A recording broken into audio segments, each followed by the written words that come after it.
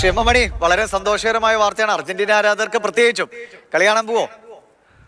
ആ, കളി കാണാൻ നോക്കാം. അർജന്റീന ടീം വരട്ടെ, നമ്മുടെ ടീമുമായി നന്നായി മത്സരിക്കട്ടെ. നമ്മുടെ ടീം ജയിക്കണമെന്നാണ് എൻ്റെ ഒരു ആഗ്രഹം.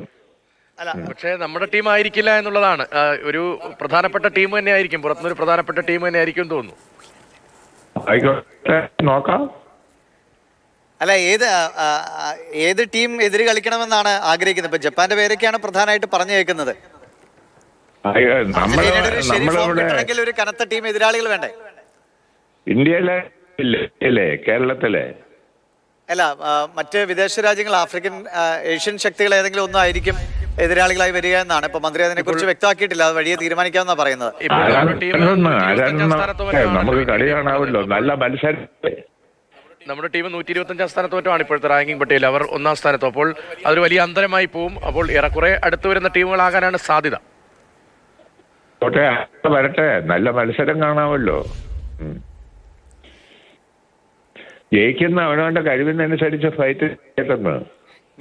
മെസ്സി വരുന്നു എന്നതാണ് ഇതിന്റെ ഒരു ഏറ്റവും വലിയൊരു ഒരു പ്ലസ് പോയിന്റ്. മെസ്സിയെ നേരിട്ട് കാണണമെന്ന് ഒരു ആരാധകർ എന്ന നിലയിൽ ആഗ്രഹമുണ്ടോ?